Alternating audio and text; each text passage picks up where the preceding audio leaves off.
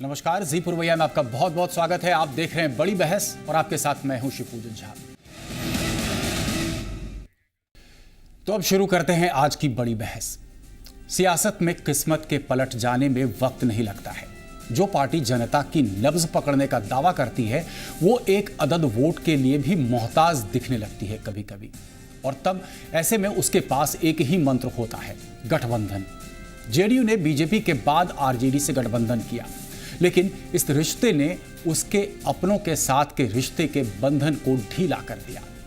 नतीजा बगावत, और बगावत के बीच फंसा दिख रहा है जेडीयू का तीर। लेकिन क्या लालू के हाथ है जेडीयू की कमान?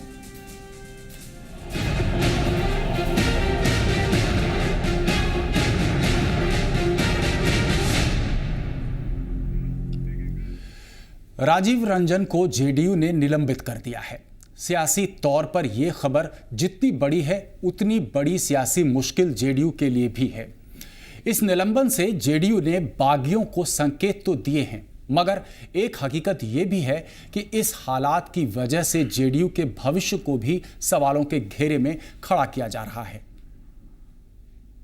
100% क्या कहते हैं, लालू जी के दबाव में नीतीश जी भी हैं और उनके तो खैर पार्टनर ही हैं, हमारे शरद यादव जो पार्टी प्रेसिडेंट हैं। उन्हीं के कारण ये लोग चाहते हैं कि ये पार्टी, लालू जी चाहते हैं कि पार्टी ख़त्म हो जाए और ये पार्टी के जितने लोग हैं सब लोग हमसे मिल जाएं। वो तभी होगा जब कहते हैं राष्ट्रीय अध्यक्ष को मिला लेंगे, और लगभग मिल गए हमारे राष्ट्रीय।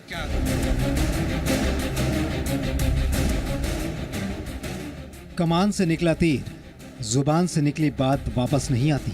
कुछ इस किस्म के कश्मकश में इस वक्त जेडीयू है। लेकिन अब पार्टी में जो हालात है उसे देखकर विधायक राजीव रंजन के निलंबन की वापसी की सूरत नजर नहीं आ रही। राजीव रंजन जेडीयू के बागियों के साथ लालू और नीतीश की फिर से हुई दोस्ती के दिन से खड़े हैं, और अब राजीव का बयान जेडीयू आला कमान को इतना कड़वा लगा है कि गले उतारना मुश्किल हो गया है। 6 वर्ष के लिए पार्टी से निलंबित कर दिया, पार्टी विरोधी गतिविधियों के लिए। और अगर अन्य कोई भी विधायक पार्टी विरोधी गतिविधियों में लिप्त पाया जाएगा उसके विरुद्ध कार्रवाई की जाएगी। बागियों की बाढ़, डूब रहा जेडीयू। राजीव के बाद अब किसकी बारी? जेडीयू ने राजीव रंजन को लगभग बाहर का रास्ता दिखा दिया है, लेकिन लालू के साथ नीतीश के रिश्ते पर राजीव रंजन ने पार्टी को उसकी हैसियत बताने की कोशिश की है। पार्टी के बागियों ने बगावत भी इस वजह से की है कि लालू जेडीयू को अपनी शर्तों के मुताबिक चला रहे हैं। लालू जी ने कहा उनको, शरद जी को गठबंधन रखना है तो आप इसको हटाइए, नहीं हटाइएगा तो क्या कहते हैं हम लोग फिर हट जाएंगे। लालू जी के दबाव में आप पर कार्रवाई? ये 100% लालू जी के दबाव में। इन दिनों जेडीयू के दिन दुश्वारियों से भरे हैं। उपचुनाव के नतीजे पर उसकी अगली रणनीतियां टिकी हैं। 10 सीटों पर जनता ने अगर मनमाफिक फैसला नहीं सुनाया तो कईयों को डर है कि जेडीयू के खात्मे की कहीं शुरुआत न हो जाए। साकेत कुमार, जी मीडिया, पटना। राजीव रंजन ने निलंबन के बाद अपने तेवर को और भी तल्ख कर लिया है। उनके मुताबिक जेडीयू को लालू के हवाले किया जा रहा है, और यह वक्त जेडीयू के लिए मजबूत होने के बजाय मजबूर होने का दिख रहा है।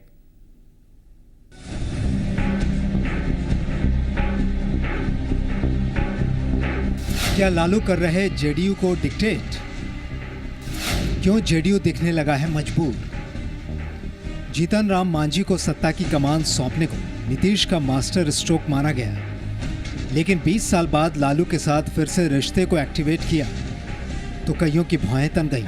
पार्टी के अंदर 2 तबकों के बीच तलवारें खिंच गई। एक तबके को लगने लगा कि लालू मांझी सरकार के कई फैसलों में दखलंदाजी कर रहे हैं। हालांकि इस किस्म के कयास पर ना तो नीतीश ने ना ही लालू ने कोई टिप्पणी की, लेकिन बागियों से लेकर विरोधी तक लालू की शर्तों को आज की तारीख में जेडीयू की हकीकत बता रहे हैं। मंच पर तो लालू जी के सामने उनकी इच्छा के विपरीत बोल ही नहीं सकते हैं, और लालू जी को जो मन करता है अपनी इच्छा की बात उनके सामने बैठा के बोलते हैं।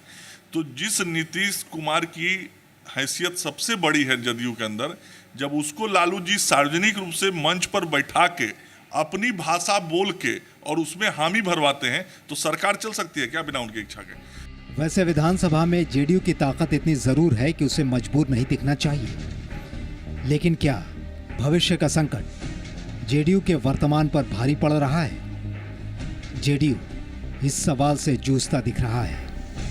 साकेत कुमार के साथ ब्यूरो रिपोर्ट, जी मीडिया, पटना। तो बड़ी बहस में इस वक्त हमारे साथ स्टूडियो में मौजूद हैं विनोद नारायण झा जी बीजेपी से, निहोरा यादव जी जदयू से, शक्ति यादव जी राजद से और professor NK Chaudhary political analyst. पहला सवाल प्रोफेसर साहब आपसे करना चाहेंगे। हमने जो खबर दिखाई, तीर जदयू का, कमान कहीं ना कहीं लालू के हाथ, आपकी टिप्पणी? आपने सुना होगा माननीय लालू जी ने एक वक्तव्य दिया था, अखबारों में मैंने पढ़ा, और उन्होंने कहा कि नीतीश जी मेरे छोटे भाई हैं, अब उनकी इच्छा वो मेरी गोद में बैठे या मेरे कंधे पर बैठे। आप जानते ही हैं कि बड़ा भाई छोटे भाई को या तो गोद में बैठाता है या कंधा में, ये तो परंपरा हमारी रही है। लेकिन एक बात लालू जी ने बहुत गंभीर इस वक्तव्य के माध्यम से आपके सामने एक गंभीर बात कही। दोनों स्थिति में, चाहे आप गोद में बैठे या कंधा पर बैठे, आप उस व्यक्ति पर डिपेंडेंट हैं जिसकी गोद में आप बैठते हैं या जिसके कंधे पर बैठते हैं। जिसकी गोद में बैठे हैं वह जब चाहे आपको गिरा सकता है, गोद से उठा सकता है या डिक्टेट कर सकता है। जिसके कंधे पर बैठे हैं, जब वह चलेगा तो आप चलेंगे, जब वो रुकेगा तो रुकेंगे। तो इसमें निहितार्थ है। लालू जी को मैं बहुत ही इंटेलिजेंट व्यक्ति मानता हूँ। उन्होंने संकेत में यह स्पष्ट कह दिया, और मैं मानता हूँ कि आज स्वाभाविक रूप से लालू जी का आज की स्थिति में वो डिक्टेट कर रहे हैं कि नहीं मैं नहीं जानता, लेकिन स्थिति उनकी अवश्य है। और आप मार्क करेंगे, आप देखिए ना, विजुअल्स देखिए, अभी भी लालू जी अधिक खुश होकर के नीतीश जी के साथ आलिंगन करते हैं, बहुत खुश रहते हैं, और ऐसा लगता है मुझे नीतीश जी आज भी संकोच कर रहे हैं। लगता है कि शायद उतना उत्साह से नहीं मिल रहा है, लेकिन परिस्थिति ऐसी आई कि दोनों मिले हैं। एक ये राजनीति है। मैं आपको स्पष्ट बता दूं, किस राजनीति की शुरुआत हुई थी 90 में, कुछ कारणों से ये राजनीति अलग हुई। आज परिस्थिति ने उन्हें बाध्य किया है और उन्होंने एक राजनीतिक फैसला लिया है। मैं समझता हूँ उसका एक ही लॉजिक है कि ये राजनीति आइडेंटिटी पॉलिटिक्स की राजनीति है, और यदि आइडेंटिटी पॉलिटिक्स है तो फिर दोनों के अलग रहने की कोई खास लॉजिक नहीं है। और अगर दोनों एक ही धारा को रिप्रेजेंट करते हैं तो एक म्यान में दो तलवार नहीं हो सकता। लालू जी बहुत ही प्रतिष्ठित आइडेंटिटी पॉलिटिक्स के जनक हैं बिहार में प्रेजेंट टाइम्स में।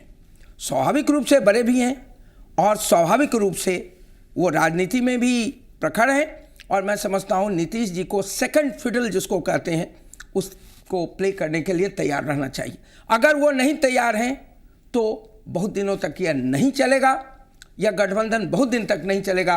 उनको अपनी स्थिति को स्वीकारना होगा। उन्होंने अपने पॉलिटिक्स को सरेंडर किया है। राइट क्या है, रॉन्ग क्या है, मैं नहीं कहता, उस पर अलग से आप बहस कर सकते हैं। उन्होंने अपने उस मॉडल को सरेंडर किया है जिसके लिए वो देश और विदेश में जाने जाते थे। स्वाभाविक रूप से उनको, लालू जी को अपना स्वाभाविक नेता मानना चाहिए वर्तमान परिस्थिति में, और मैं समझता हूँ उनकी यही नियति है, और उस नियति को बेहतर है कि जल्दी स्वीकार कर लें।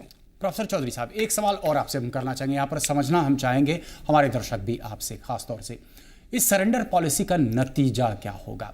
2 दशक की दुश्मनी एक तरफ, दूसरी तरफ तकरीबन 17 साढ़े 17 साल की दोस्ती, कैसे आप गले मिल रहे हैं? देखिए डिफिकल्ट है। मैंने अभी देखिए वॉच कर रहा था मैं, आप ध्यान से देखिए, मैं कहने के लिए आपको नहीं कर रहा, आज भी लालू अधिक उत्साहित दिखते हैं। लालू अधिक, उनको आप देखेंगे, लालू इस राजनीति का क्या भविष्य देश में होगा, बिहार में होगा, यह डिफिकल्ट है मेरे लिए कहना, लेकिन मैं समझता हूं अगर यह राजनीति सक्सीड की तो बिहार को पीछे ले जाएगी। देश को पीछे ले जाएगी। क्योंकि मैं मानता हूं, मैं लालू जी को इसके लिए नहीं जिम्मेदार मानता और मैं व्यक्तिवादी बात नहीं कर रहा हूं, और नीतीश जी को। आइडेंटिटी पॉलिटिक्स, जिसका मतलब है caste religion based politics, ethnicity based politics, feudal system की उपज है। फ्यूडलिज्म या सेमी फ्यूडलिज्म की उपज है। फ्यूडलिज्म एक पीछे का स्टेज है, उसके आगे कैपिटलिज्म आता है। कैपिटलिज्म के डिफरेंट फेजेस होते हैं। जैसे जैसे सामंतवाद से निकलकर, अर्ध सामंतवाद से निकल आप पूंजीवादी आर्थिक व्यवस्था, समाज व्यवस्था या राजनीति में पैट करते हैं, वैसे वैसे आइडेंटिटी पॉलिटिक्स कमज़ोर होती है। धीरे धीरे कमज़ोर हो करके आप व्यक्ति बन जाते हैं और यह आइडेंटिटी खत्म होती है। आपने इसकी शुरुआत की थी, नीतीश कुमार जी ने इसकी शुरुआत की थी, और उन्होंने आइडेंटिटी पॉलिटिक्स को डाइल्यूट किया था थोड़ा सा। मेरा उस समय का आंकलन था कि 20-25% तो उन्होंने निश्चित रूप से डाइल्यूट किया था। 100% identity politics Lalu ji MY सरीकन बहुत स्पष्ट है क्या था, 100%। और इसके कारण वो एक कोएलिशन ऑफ एक्सट्रीम कर पाए थे। एक तरफ उच्च जात के लोग भी उनके साथ हुए थे और एक तरफ जो और भी पिछड़ी जाति और जमा हुए थे। आज एक बार फिर पीछे की ओर मुड़ रहे हैं। मैं मानता हूं कि इतिहास के चक्र को पीछे मोड़ना संभव नहीं है, लेकिन कुछ क्षणों के लिए ठहराव हो सकता है, कुछ क्षणों के लिए कर्व बैकवर्ड स्लोप कर सकता है। और ये लीनियर ग्रोथ नहीं होता है पॉलिटिक्स में भी, कई बार इकोनॉमी में भी, कि सीधे हम चल रहे हैं और पीछे नहीं मुड़ सकते हैं। कुछ क्षणों के लिए मुझे लगता है यह जो है पॉलिटिक्स पीछे की ओर मुड़ रहा है। इसके परिणाम इन लोगों के लिए जो भी हो सकता है कि इनको कुछ लाभ मिल जाए। जो सर्वाइवल के लिए दोनों लड़ रहे हैं, कुछ उनको, लालू जी को प्रतिष्ठा मिल गई।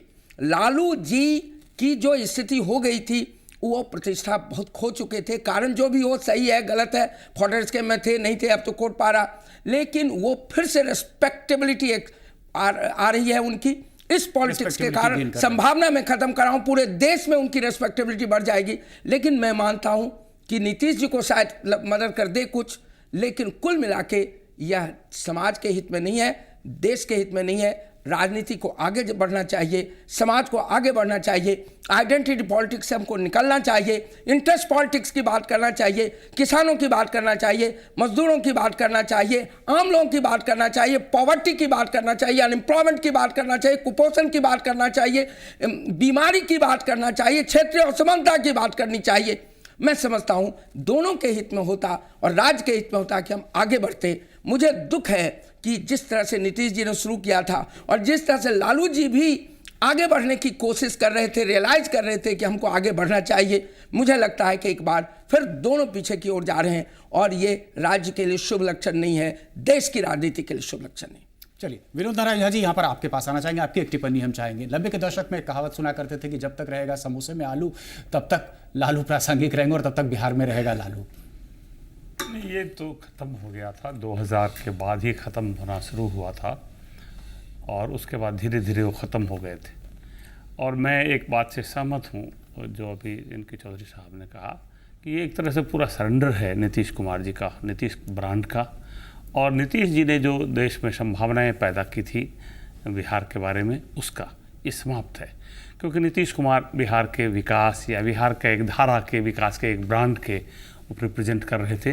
और लालू जी का जो ब्रांड था, महागठबंधन करने में कुछ थोड़ी सी जल्दबाजी, नहीं जल्दबाजी कर रही है, उनके पार्टी का निर्णय है। लेकिन इसका असर आप दो तरह से देख लीजिए। एक तो आप विधायकों में देख रहे हैं, लेकिन मैं चुनाव में गया हूँ, मैं उनके मतदाता, जिसे लालू जी के नीतीश जी के मतदाता कहते हैं, वो एक तरह से उनकी इस धारा से एकदम विपरीत हैं। रिजल्ट आने पर आपको पता लगेगा कि किस तरह वो लोग अब नई जगह तलाश रहे हैं और उनकी एक तरह से इसी तरह सरेंडर किया है। आने वाले दिनों में नीतीश कुमार और उनकी पार्टी अप्रासंगिक होगी। विधायक ने तो शुरुआत की थी, लेकिन रिजल्ट के बाद ये पता लगेगा किस तरह ये अप्रासंगिक होंगे।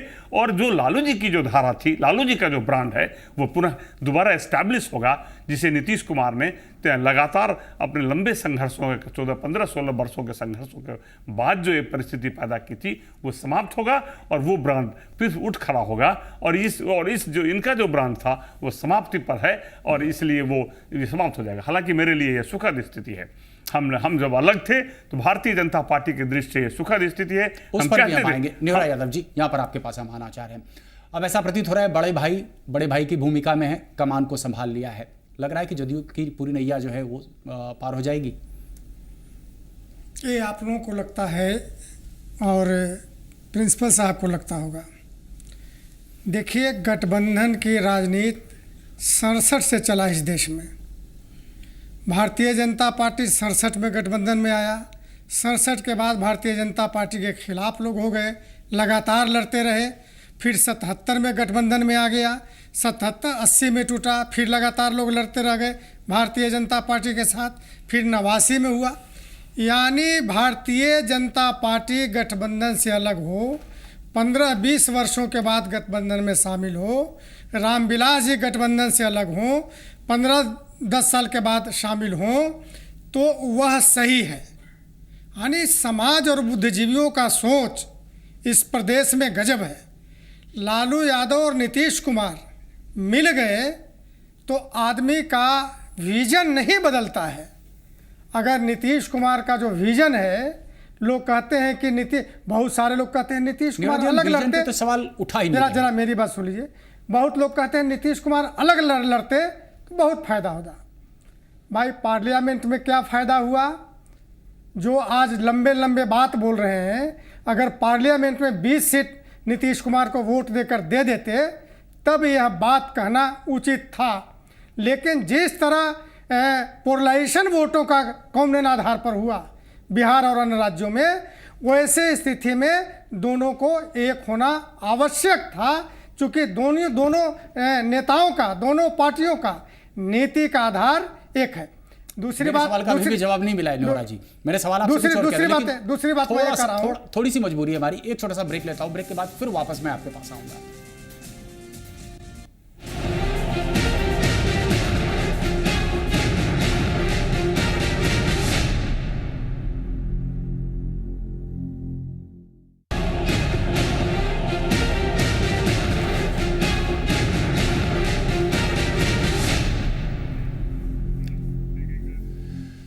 तो ब्रेक के बाद बड़ी बहस में एक बार फिर से आपका स्वागत है। हम चर्चा कर रहे हैं जेडीयू का तीर और क्या लालू के हाथ है कमान। ब्रेक पे जाने के पहले नेहरा जी माफ़ करेंगे, मुझे आपको रोकना पड़ा था, हमारी मजबूरी थी। ब्रेक के बाद जब हम वापस आए हैं, हमने आपसे एक सवाल किया था, क्या आपको लग रहा है बड़े भाई की भूमिका में आ गए, जदयू की नैया पार कर देंगे और कमान कहीं ना कहीं लालू जी के हाथ में है? नहीं, ऐसी बात नहीं है कि जेडीयू का कमान लालू जी के हाथ में है। यही तो प्रचारित इस बिहार में किए जा रहे हैं और यह प्रचारित कहीं न कहीं भ्रम फैलाने का काम हो रहा है। लेकिन दोनों कद्दावर नेता हैं अपने अपने पार्टी के, और दोनों कहीं न कहीं नीतियों के आधार पर, सिद्धांतों के आधार पर गठबंधन किया है, और दोनों अपने अपने पार्टी का निर्णय स्वयं करते हैं, एक दूसरे पार्टियों में हस्तक्षेप नहीं करते हैं। जो लोग ये समझते रहे, बहुत सारे कयास इस बिहार में गठबंधन के पहले और गठबंधन के बाद भी लगाए गए। लोग इतना तक लगाए कि दोनों एक मंच साझेदारी नहीं करेंगे। लगातार सारे लोग चर्चा करने लगे कि लालू यादव और नीतीश कुमार जी एक मंच पर नहीं जा पाएंगे। वो अभी कयास ख़त्म हो गया। देखिए, कयास लगाने के पीछे कई कारण हैं। इस बिहार में कई कारण हैं, और वो सब कारण सारे के सारे समाप्त हो जाएंगे। आने वाला दिन गठबंधन का ही रहेगा और 25 तारीख को ही गठबंधन का ही रहेगा। 25 तारीख को साफ हो जाएगा। शक्ति यादव जी, आपकी टिप्पणी चाहिए। सवाल मेरा वही है जो मैंने नेहरा जी से किया था। ज्यादा एक्सपीरियंस्ड है लालू जी। थोड़ा सा सवाल स्पष्ट कर दूंगा आपसे, थोड़ा घुमाना चाहूंगा। समझ चुका हूं। एक स्थिति ऐसी भी थी लोकसभा चुनाव के ठीक पहले लालू जी दिल्ली से भाग करके यहाँ पर आए, जबकि आपका कांग्रेस के साथ तालमेल नहीं बैठ पा रहा था। दिल्ली में बैठे हुए थे और यहाँ पर पार्टी में टूट की स्थिति उभर गई। वो दौर था जब लालू प्रसाद यादव को रिक्शा लेना पड़ा था और वो चले गए थे गवर्नर हाउस, रास्ते में ये कहते हुए कि धान का रोटी तवा पे, नीतीश गोयल हवा में। पार्टी लगभग टूट के कगार पे थी। ये कहा जा रहा था तकरीबन 13 विधायक लगातार जदयू के संपर्क में, और लालू जी का उस तरीके का बयान भी आ रहा था। अब एक ऐसी स्थिति उभरती है जब राज्यसभा चुनाव से ही हमने देखा लालू की जरूरत पड़ी, नीतीश जी को पड़ी, जदयू को पड़ी। अगर राजद नहीं होती तो जदयू का क्या हश्र होता, शायद अब तक सरकार बरकरार नहीं होती। अहम सवाल ये उठता है, लालू ज़्यादा एक्सपीरियंस्ड हैं, आपको नहीं लग रहा कमान वही संभाल रहे हैं? श्री पूजन जी, आपने 3 महानुभावों के बाद हमें बोलने का आपने मौका दिया है और मैंने बारी बारी से जिस निहितार्थ की बात चौधरी साहब ने की मैं वहाँ से शुरू करता हूँ, उसमें अतिरंजना है। अतिरंजना क्यों कर है, इन सवालों को मैं लगातार आपको बता देने का लगातार कई बार मैंने आपसे कहा भी है। इन्होंने एक बात कही कि लालू जी ने जो कहा कि गोद में बैठे मैं कंधे बैठा लूँ, शायद ये भूल गए कि लालू जी ने अमित शाह जी के बयान को हवाला दिया था। अमित शाह जी ने राष्ट्रीय कार्यकारिणी की मीटिंग में उन्होंने कहा था कि नीतीश कुमार जी लालू जी के गोद में बैठ गए, तो उन्होंने जनता को बताया कि मैं नीतीश कुमार को, हमारे छोटे भाई हैं और हमारे छोटे भाई हैं, ये तो सर्वविदित है, कोई छोटा है कोई बड़ा है, होता ही है, तो मैं उसको उनको कंधे पर बैठाऊं या गोदी में दूसरे लोग को पेट में दर्द क्यों हो रहा है, सवाल ये था। लेकिन जिन सवालों को जिस तरह से ट्विस्ट कर करके आदरणीय चौधरी साहब जी ने कहा, ये इसमें सच्चाई नहीं है। सवाल नंबर 1। सवाल नंबर 2, दोनों नेता अपने अपने मजबूत हैं, दोनों में बड़ा छोटा का रिश्ता जरूर है लेकिन दोनों समान हैं और हमारे लिए दोनों आदरणीय हैं। लेकिन जिस और इंकित आदरणीय नवल चौधरी जी कर, मैं स्थिति स्पष्ट कर देना चाहता हूँ, ये कोई बैक और फ्यूचर की बात, इन्होंने कई तरह की बातें की, खास के कास्टिज्म के सवाल पर। सवाल एक तरफा नहीं हो सकता, सवाल कई हैं। जिस तरह के इकोनॉमिस्ट का इन्होंने इकोनॉमिस्ट का जो दिया है, हवाला दिया है, तो मैं इन चीज़ों को कह देता हूँ आपको कि सबसे पहले इस देश में कई धाराएं चली और मैं लगातार आपके चैनल पर कहा हूँ कि लोहिया की धारा सप्त क्रांति की धारा और जेपी की संपूर्ण क्रांति की धारा और लालू प्रसाद जी की सामाजिक क्रांति की धारा, तीनों को हम अलग अलग रूपों में नहीं दे सकते, सब एक दूसरे के पूरक हैं। लेकिन जिस कास्ट की बात करते हैं, कास्टिज्म की बात करते हैं जो लोग, वो भूल जाते हैं कि इस देश में नरेंद्र मोदी, जिन्होंने हर कास्ट को ये बताया कि मैं इसी कास्ट का आदमी हूँ, बनिया समझ रहा है कि मेरे कास्ट के हैं, अत्यंत पिछड़ा को ये बता रहे हैं कि मैं अत्यंत पिछड़ा हूँ। तो जो व्यक्ति कास्टिज्म की बात करता है वो दूसरे पर आरोप लगाता है। हमारा जिस पृष्ठभूमि से हम आते हैं, जिस पृष्ठभूमि की राजनीति करते हैं, हम कोई कास्टिज्म की राजनीति नहीं करते। इन्होंने एमबाई की बात कर दी। लालू प्रसाद जी सत्ता में आए थे तो पिछड़ों दलितों चाहे उच्च जाति के जो कमजोर तबके थे, जो मुख्यधारा से टूटे हुए,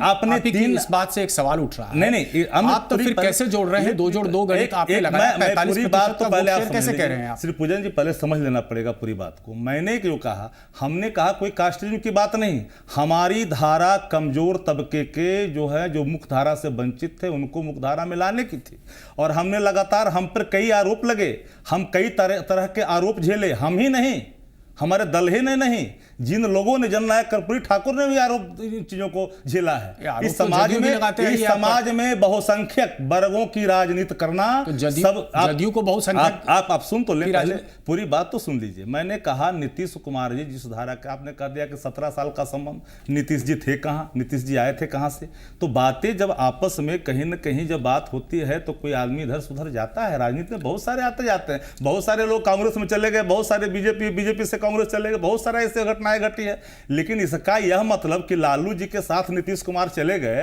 तो नीतीश कुमार जी लालू जी के साथ चल छोटा हो गए। ये छोटा और बड़ा का सवाल नहीं, ये रिश्ते का सवाल है। ये रिश्ता छोटा बड़ा का जरूर है, लेकिन दोनों समान विचारधारा के और सम्मानित बिहार की तरक्की, बिहार की खुशहाली और बिहार के विकास, जिसकी उन्होंने चर्चा की, बैक में चला जाएगा बिहार, क्यों चला जाएगा बैक में बिहार? हमारा विजन कभी कमजोर हो नहीं सकता। हम खास वर्ग की राजनीति नहीं करते, हम समावेशी विकास की बात करते हैं, सबको लेकर चलने की बात करते हैं। तो आप उंगली मेरे तरफ उड़ जाता है। एक पार्टी एक जाति का बैनर लगा करके कहता है पुकारे बिहार, उस समय कास्टिज्म नहीं होता। भेड़ आइडियोलॉजी गॉन, उसमें कास्टिज्म नहीं दिखती। लेकिन हम जब वंचितों की बात करते हैं, पिछड़ों की बात करते हैं, हम हर वर्ग को लेकर चलने की बात करते हैं, तो हम पर कास्टिज्म की बात लगता है। बिहार के विकास में ये दोनों दल के जिस तरह से उन्होंने छोटे बड़ा परिभाषित कर करके जिस तरह से एक छोटा दिखाने की उन्होंने कोशिश की, दोनों दल समान विचारधारा से, कॉमन मिनिमम प्रोग्राम से, राष्ट्रीय अध्यक्ष आदरणीय लालू प्रसाद जी ने कहा नीतीश जी हमारे छोटे अनुज हैं, लेकिन उनके राजनीतिक कद को हम कम नहीं हैं। अब आप सवाल खड़ा कर दे रहे हैं। जब हम सवाल अमित शाह के बयान का हवाला देते हैं तो आप उसको दूसरे रूप में देख रहे हैं। इसको आप दूसरे रूप में न देखें। हम बिल्कुल वही बात की, मैं आज भी कायम हूं कि लालू जी ने साफ शब्दों में कहा कि इनके राष्ट्रीय अध्यक्ष ने साफ तौर पर कहा कि लालू जी के गोद में बैठ गए। तो लालू जी के जब गोद में बैठ गए, लालू जी ने कहा भैया हम गोद में बैठ गए, छोटा भाई हम कंधा पर बैठा लें, हम उनको ऊंचाई तक। शक्ति जी आप जब ये बात कह रहे हैं, आप राजीव रंजन जी के बयान को भूल रहे हैं, आप शकुनी चौधरी जी के बयान को भूल रहे हैं। नहीं, एक सवाल को देखिए, शकुनी चौधरी जी ने जो बयान दिया, मैंने चुनौती दिया है कई मीडिया चैनलों पर, कई प्रिंट मीडिया में, कि मेरी चुनौती है कि लालू प्रसाद जी के उस वक्तव्य को कोई विजुअल दिखाए।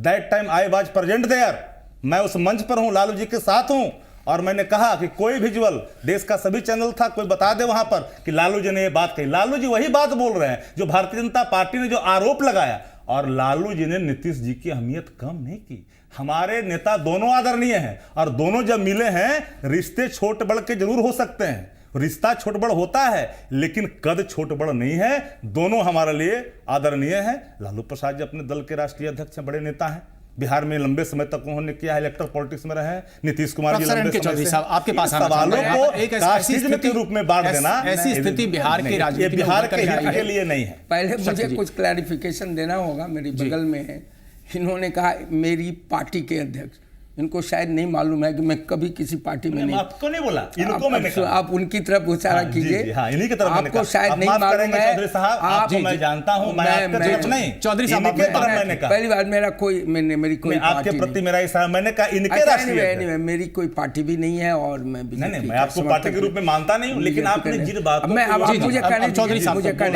मैं आपको याद दिलाना चाहता हूँ, लालू जी का मैं व्यक्तिगत रूप से सम्मान करता रहा हूँ, और शायद आपको मालूम नहीं है कि जिस दिन उन्होंने लास्ट डे था उनका ऑफिस राबड़ी जी का, आज से 10 साल पहले, ईटीवी पर मैंने एक स्टेटमेंट दिया था। उसमें बोलते कि लालू जी ने 2 क्षेत्रों में समाज को बहुत कुछ दिया, सोशल एम्पावरमेंट, जिसको आप सोशल जस्टिस कहते हैं, और कम्युनल हार्मनी, दोनों के लिए।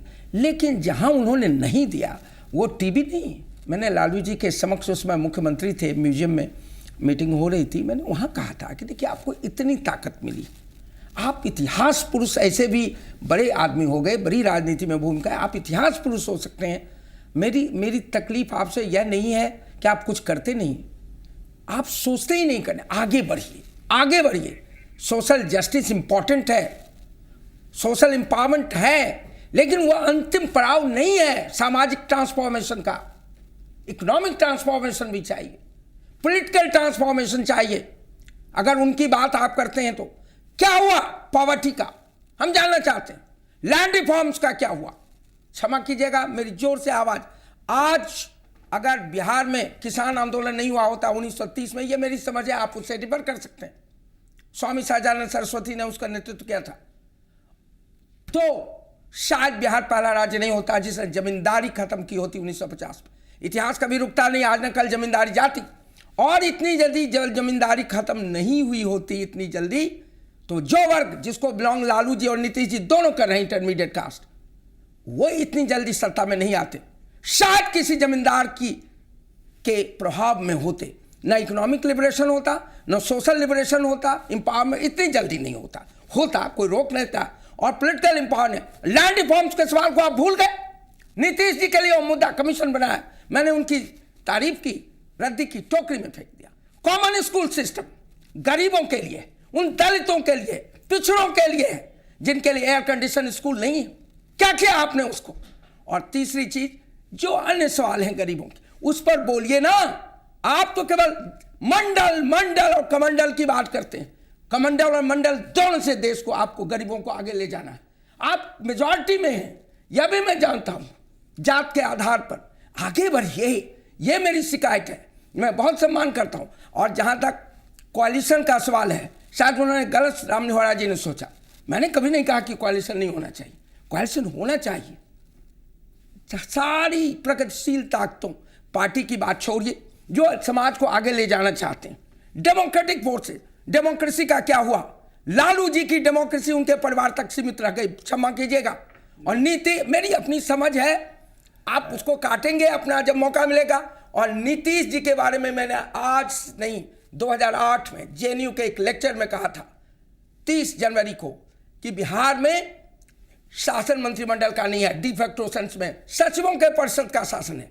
और मैंने यह भी कहा बीबीसी को, मैं आज रिपीट कर रहा हूं, ऑन रिकॉर्ड हूं, कि Nitish ji leader of the government से शुरू होकर गवर्नमेंट बन गए। गवर्नमेंट के बाद लुई ऑफ फ्रांस की तरह आई एम द स्टेट, मैं राज्य हूं, उसके बाद मैं बिहार हूं। आज उनकी जो भी स्थिति हो, ये जो डेमोक्रेसी का हुआ, इसके लिए हमारे फ्रीडम फाइटर्स ने फाइट नहीं किया था। आज भी हम आपका साथ देने के लिए तैयार, मैं बीजेपी के साथ नहीं हूं, लेकिन अगर आप मंडल कमंडल करते रह जाएंगे बिहार में, तो स्वाभाविक रूप से आप न राजनीति को आगे ले जाएंगे सकेंगे, न समाज को ले पाएंगे, न गरीबी दूर कर पाएंगे, न कुपोषण को दूर कर पाएंगे, न रीजनल इम्बैलेंस दूर कर पाएंगे, न शिक्षा दूर कर पाएंगे, न विकास करेंगे, न न्याय करेंगे, और न डेमोक्रेसी को मजबूत करेंगे। मेरी समझ है, आप असहमत हो सकते हैं। मेरा जात की राजनीति आप करते हैं, मैंने ऐसा कुछ नहीं कहा। मैंने आइडेंटिटी पॉलिटिक्स की बात की। जाति, धर्म, एथनिसिटी आधारित राजनीति चाहे आप करें या कुछ अन्य लोग करें, यह राजनीति फ्यूडल सिस्टम की उपज है। पूरे यूरोप में यही हुआ, सब जगह। लेकिन इससे निकलने की भी तो कोशिश करनी चाहिए। मैं ये कह रहा हूं, आप आइडेंटिटी पॉलिटिक्स से निकले और उन मुद्दों को उठाएं, उन मुद्दों पर गठबंधन करें जो आम लोगों का है, जिनका आप प्रतिनिधित्व करते हैं। और मैं मानता हूं कि आप उनका प्रतिनिधित्व कुछ हद तक करते भी हैं, लेकिन उन मुद्दों को भी तो उठाइए। ये केवल कमंडल और मंडल की चर्चा करके हमारे जैसे लोगों को निराश मत कीजिए, आगे थोड़ा सा रोकना होगा, हमारी मजबूरी है। एक ब्रेक लेना, ब्रेक के बाद हम वापस आते हैं तो शक्ति जी आपसे, निहोरा जी आपसे एक प्रतिक्रिया चाहेंगे जी।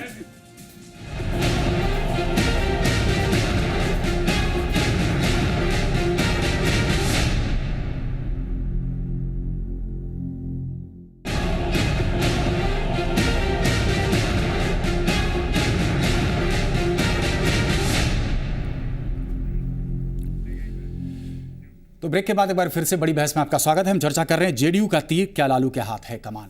आपके पास हम नहीं आ पाए थे बहुत वक्त से, लंबे वक्त से। विनोद नारायण झा जी, आपकी टिप्पणी चाहिए। एक ऐसी स्थिति उभरी है और हाल के दिनों में जिस तरीके के बयान हमने देखे, शकुनी चौधरी जी का बयान देखा और आज राजीव रंजन जी के जिस तरीके से बयान आए।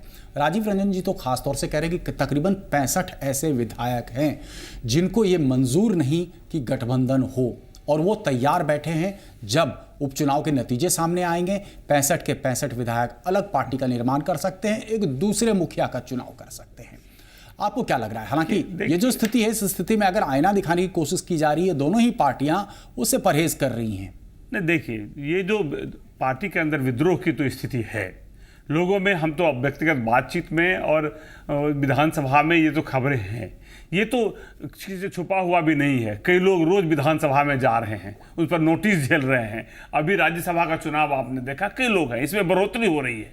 ये तो एक पक्ष है, ये पार्टी का मामला है, और इसमें कब तोड़ेंगे नहीं तोड़ेंगे इसकी मैं भविष्यवाणी आज नहीं करना चाहता हूं। लेकिन एक बात तय है कि बहुत असंतोष है, उसके कारण है, उसके ऐतिहासिक कारण है। उसके कारण ये हैं कि, और सिर्फ यही नहीं है, आपको बताएं कि जो जिस सामाजिक समूह की बात करते हैं वहां भी है। अभी आपको रिजल्ट में दिखेगा, हम कहेंगे नहीं, ये वही लोग हैं जो लोग 40 में 40 सीट लालू जी जीत रहे थे कि जदयू अलग लड़ गया, राजद अलग होती और बीजेपी अलग हो गया, दोनों मिलके इतना वोट लाया था तो इतना हो गया।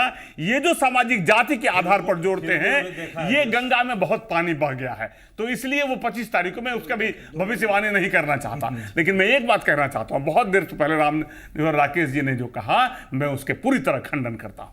यदि एक ही चीज है, एक ही विचार है, एक ही धारा है, तो फिर अलग होने की जरूरत क्या थी? लालू नेता थे, नीतीश उसके छोटे भाई थे। 1994 में क्यों जरूरत हुई? जरूरत ऐतिहासिक आवश्यकता थी। राज्य जिस स्थिति में था, बिहार ब्रांड जो डेवलप हुआ वो लालू यादव के खिलाफ डेवलप हुआ, और इसलिए वो डेवलप हुआ क्योंकि वो ब्रांड इसलिए डेवलप हुआ क्योंकि राज्य की जो हालत थी, इसलिए ये जो उलगुलान हो रहा है, ये जो विद्रोह की स्थिति है, उसका कारण ये है कि अननेचुरल है, अस्वाभाविक है। अस्वाभाविक का कारण ये है, जिन ऐतिहासिक परिप्रेक्ष्य में समता पार्टी और जनता दल यू बनी, वो लालू यादव जी के कुशासन के खिलाफ बनी, उस जंगल राज के खिलाफ बनी, जिसका अलग अलग नाम देते हैं, गरीबों का माफिया, लेकिन उसका वही मतलब था, वो ये मतलब था कि ये जो राज्य में जो कुशासन हुई, जांच को जांच से लड़ाने की बात हुई, कभी 300 मारे जाते थे, कभी उसके बदले में 50 मारे जाते थे। एक एक आदमी गांव में रंगदार हो गया था। वो रंगदार कहता था कि इतना रुपया दो तो गाड़ी खरीदने देंगे, इतना रुपया दो तो मकान बनाने देंगे, कोई सड़क बनाने के लिए नहीं आता था। वो एक ब्रांड। विधानसभा के चुनाव में जहां साहब कहीं ना कहीं लोगों ने जो मैंडेट दिया था, लोगों ने जब वोट किया था तो इस अलायंस को किया था जदयू भाजपा, और ये वोटिंग हुई थी कहीं ना कहीं राजद के खिलाफ, क्योंकि जबरदस्त तरीके से नारेबाजी उस वक्त भी हो रही थी, जंगल राज फिर से कायम हो जाएगा, इसीलिए उस तरफ वोट ना पड़े, ऐसी स्थिति थी उस वक्त। लेकिन आपको लग रहा है कि आम जनता के मैंडेट के साथ खिलवाड़ किया गया और इसीलिए अब आम जनता ही सबक सिखाएगी? सही बात है, उसी का लाभ हमको मिला है। सिर्फ नरेंद्र मोदी का नेतृत्व ही कारण नहीं है, वो भी एक कारण है, लेकिन दूसरा कारण ये है कि विश्वासघात। जनता का जितना बड़ा सपोर्ट हुआ, भारतीय जनता पार्टी का जो बिहार में सपोर्ट बेस बढ़ा, उसका सबसे बड़ा ये कारण है, सबसे बड़ा कारण है कि जिस उद्देश्य, जिस उम्मीद को लेकर 2000 चुनाव में बिहार की जनता ने, समग्र समाज ने जो 2010 में वोट दिया था, वो बिखरता हुआ दिखा। वो इस तरह का दिख रहा था कि जिस काम के लिए वोट दिया गया था वो बिखर गया, वो टूट गया। जहां नहीं जाना चाहिए गठबंधन वहां चला गया, जो नहीं होना चाहिए गठबंधन, वो सरकार ने वो काम किया और इसी का लाभ मिला। सिर्फ नरेंद्र मोदी जी का नेतृत्व का ही सवाल नहीं, तो वो भी था, लेकिन इसके अतिरिक्त ये भी था कि जो वहां उन लोगों ने जो गठबंधन किया और हम लोगों को जो अलग किया, यदि इनको अलग ही करना था नीतीश कुमार जी को, तो चलते चुनाव में कहते कि 2010 में जो चुनाव में जिस नाम पर वो वोट लिए थे वो आज विखंडित हो गया, क्योंकि उन लोगों ने नरेंद्र मोदी को नेता बना दिया। चलिए ये गठबंधन टूट रहा, चलिए चुनाव में, इसीलिए उन्होंने सिद्धांत की धज्जियां उड़ा दी, नैतिकता की धज्जियां उड़ा दी, विकास की धज्जियां उड़ा दी, बिहार ब्रांड की धज्जी उड़ा दी, और उसी धज्जी के कारण हमें बिहार में लाभ मिला है और आगे भी लाभ मिलेगा। यादव जी, आपके पास यहाँ पर आना चाहूंगा। बागियों की संख्या लगातार बढ़ती हो रही है, उसमें जबरदस्त इजाफा हो रहा है। ठीक है, आप शकुनी चौधरी के बयान को दरकिनार कर दें, आप राजीव रंजन के बयान को दरकिनार कर दें, ज्ञानू के बयान को ये कर दें, लेकिन ये लगातार बढ़ता चला जा रहा है। गठबंधन के खिलाफ जो आवाज है आपकी पार्टी के अंदर से ही उठ रहा है और लगातार बढ़ता चला जा रहा है। लोगों को परहेज है इस बात से कि लालू कमान संभालें। कैसे संभालेंगे इसको निहोरा जी? नहीं, गठबंधन के खिलाफ कोई आक्रोश नहीं है। जिनका निजी हित है क्षेत्रों के हिसाब से, वह लोग जरूर अपनी राजनीति कर रहे हैं। अभी राजीव जी का हम बयान सुन रहे थे कि लालू जी के कहने पर पार्टी से निकाला गया। अब राजीव जी को उत्तर देना चाहिए कि किसके कहने पर ये बयान दे रहे हैं। लगातार 4 महीना 6 महीना से गठबंधन के पहले से पार्टी के खिलाफ, आदरणीय नीतीश जी के खिलाफ बोल रहे हैं, किसके दबाव पर और किसके कहने पर बोल रहे हैं। तो देखिए, राजनीति में इन चीजों को, कई सियासत है, राजनीति में इन चीजों को हम लोग जैसा आदमी या विनोद बाबू भी समझते होंगे कि अगर नेता और पार्टी के खिलाफ बोल रहे हैं तो कहीं ना कहीं आपका प्रायोजित है और कहाँ जाना है, कौन सी राजनीति करना है, सेटलमेंट की राजनीति है। इसके अलावा कुछ नहीं, आक्रोश नहीं है। यहां पर विनोद जी आपकी टिप्पणी चाहिए। बयान प्रायोजित है, लगातार इस तरीके के प्रायोजित बयान आ रहे हैं, ये आरोप है जदयू का।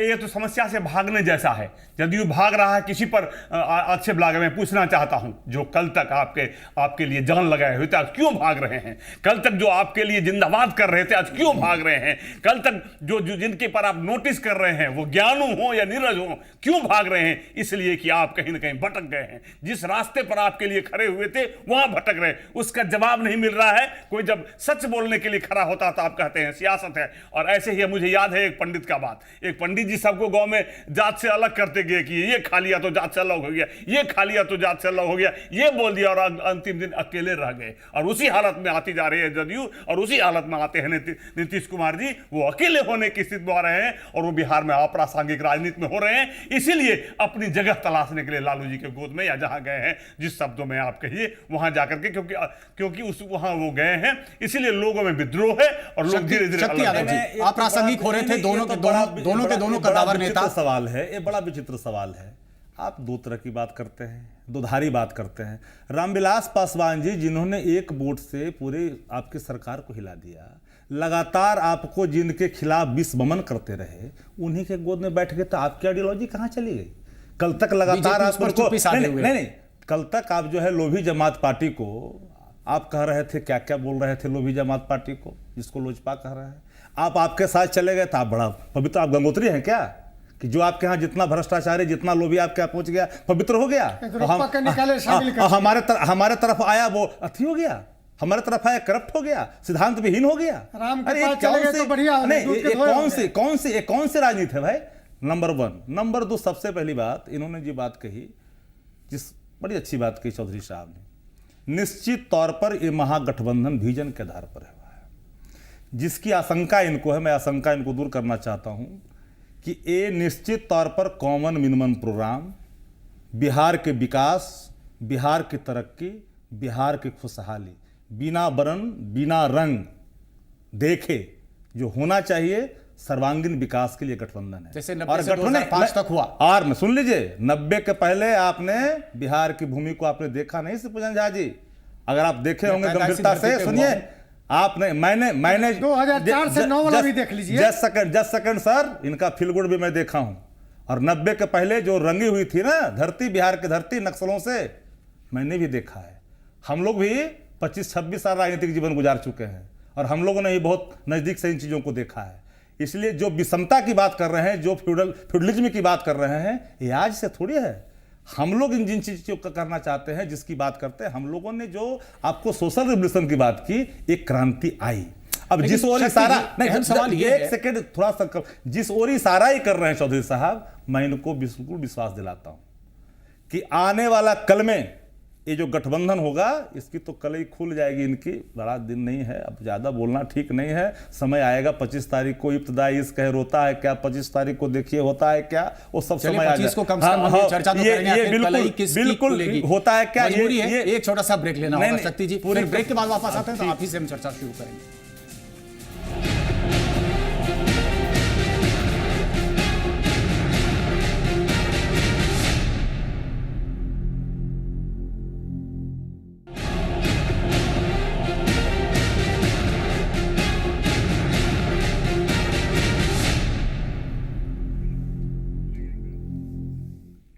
तो ब्रेक के बाद एक बार फिर से आपका स्वागत है। हम चर्चा कर रहे हैं नीतीश का तीर और लालू के हाथ कमान, क्या यही है सच्चाई?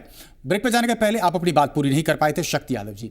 स्थिति ऐसी उभरी है जब कहीं ना कहीं आपको अस्तित्व का खतरा मंडरा रहा था। अस्तित्व को बचाने के लिए दोनों ही पार्टियों के लिए, राजद जदयू, दोनों को अस्तित्व का खतरा चूंकि मंडरा रहा था। सबसे बड़ी चुनौती थी अस्तित्व को कैसे बचाया जाए। अब चुनौती सबसे बड़ी यह है कि कुनबे को कैसे बचाया जाए। आपने बहुत बड़ा सवाल छेड़ा है शिवपूजन जी ने। मैं सबसे पहले तो एक बात कह दूं कि आपने जो कहा कि लालू जी के हाथ में कमान, ये बिल्कुल निराधार है। और पूरी ईमानदारी से मैं कहता हूं कि लालू प्रसाद जी ने पूरी ईमानदारी से एक बार भी कोई सरकार में इंटरफेरेंस नहीं। सवाल नंबर 1 बड़ी निष्ठा से कर रहा हूं। और दूसरी बात, सरकार के कामकाज में कहीं हस्तक्षेप लालू जी ने नहीं किया। एवं पैरवीकारों से भी दूर भागते हैं, इतना तक परहेज करते हैं शासन अपना काम करे, इस पर लालू जी किसी प्रकार का हस्तक्षेप नहीं करते। रहा सवाल कमान की बात जो कर रहे हैं, आपके जेडीयू के एमएलए जो निलंबित हुए हैं, राजीव रंजन जी, मैं गवाह हूं, 2005 में लालू प्रसाद जी के यहाँ गिड़गिड़ा रहे थे टिकट के लिए। 2005 में बता रहा हूं, ये सरजुग राय जी की सिफारिश पर टिकट लिए हैं और ये सरजुग राय जी की भाषा बोल रहे हैं। उन्हीं के रिकमेंडेशन पर छत्तीसगढ़ में बीजेपी की सरकार में बिजली बोर्ड में थे। वहाँ सब कुछ जानता है, देश जानता है और इस राज का एक एक लोग जानता है किस तरह से वो आए हैं राजनीति में। हम जस्ट सेकंड मिर्ची नहीं लगनी चाहिए, मिर्ची नहीं लगनी चाहिए, मिर्ची नहीं लगनी चाहिए। अरे मुझे उनके लिए जदयू क्या मिर्ची आप झूठ बोल रहे हैं, ये गलत नहीं। मैं जीवन में पूरी होश और हवास और पूरी निष्ठा और ईमानदारी से बोलता हूं। इतने साल सवाल ये नहीं लगा, आज जब अलग हो गए तो पूरी बात सुन लीजिए, पूरी बात सुन लीजिए। को कैसे मैं बहुत कम बचाएंगे? इंटरप्ट करता हूं आपके बीच में, लेकिन अब पूरी बात सुन लीजिए। समय जया करने से कोई फायदा नहीं है। हमने जो कहा, आपने 2 सवाल 3 सवाल खड़े कर दिए। आपने जो सबसे पहले कुनबे की बात कर रहे हैं, हमारा कुनबा इंटैक्ट है। विषम से विषम परिस्थिति में, विकट से विकट परिस्थिति में राष्ट्रीय जनता दल खरा उतरा है। जदयू के बारे में कुछ टिप्पणी करना चाहेंगे? समय बहुत कम है। पूरी बात कर दो। जनता दल यू और राष्ट्रीय जनता दल का जो गठबंधन है ना, मैंने पहले ही आपको कह दिया। गठबंधन पर हम सवाल नहीं करेंगे, लेकिन कुनबा कैसे बचाएंगे, कोई इंटैक्ट कुनबा कैसे में रखेंगे? कोई बिखराव ही नहीं है, कोई बिखराव नहीं है। कोई टिप्पणी बिखराव देवरा जी, पूरी आपकी अंतिम टिप्पणी चाहिए इस पर। हमको समय आपको देना पड़ेगा, माफ करेंगे, माफ करेंगे, टोटल इन्हीं को बोलने दीजिए तो कोई जरूरी है। नहीं आप 3 सवाल खड़े कर दिए, आप सवाल करो भैया, ब्योरा जी आपकी निश्चित तौर पर इनके देखिए नहीं दूसरे को बोलने की जरूरत नहीं देश में आपने एक बड़ा सवाल खड़ा कर दिया, देश में जो खतरा कुनबा सांप्रदायिक सौहार्द मंत्री है उसके खिलाफ चलिए जाते जाते प्रोफेसर चौधरी साहब सैकड़ों उन्माद फैले हैं 30 सेकंड में आपकी टिप्पणी चाहिए। विरोधाभास से कहीं ना कहीं इस महागठबंधन में एक सेकंड चौधरी साहब को सुन लेते हैं, ज्ञानी व्यक्ति हैं। जेल में है, विरोधाभास के बीच चौधरी साहब आपको कैसे लगता है अस्तित्व कायम रहेगा? एक सेकंड चौधरी साहब को सुन लेते हैं जाते जाते। चौधरी साहब दोबारा चोरी करेंगे तो बिहार की जनता नहीं करने देगी। लालू यादव पर 1 रुपये अगली जाति और पिछड़ी जाति को लड़ाना चाहेंगे, बिहार की जनता नहीं करने देगी। 3 वर्ण के लोगों ने इस तरह की जाते जाते आपकी जानती है आपके कहने से लालू यादव बिहार की जनता 15 वर्ष से हाथ रखे हैं, ये लालू से हाथ रखे हैं पूरे देश में। चलिए हमारे पास वक्त की कमी है।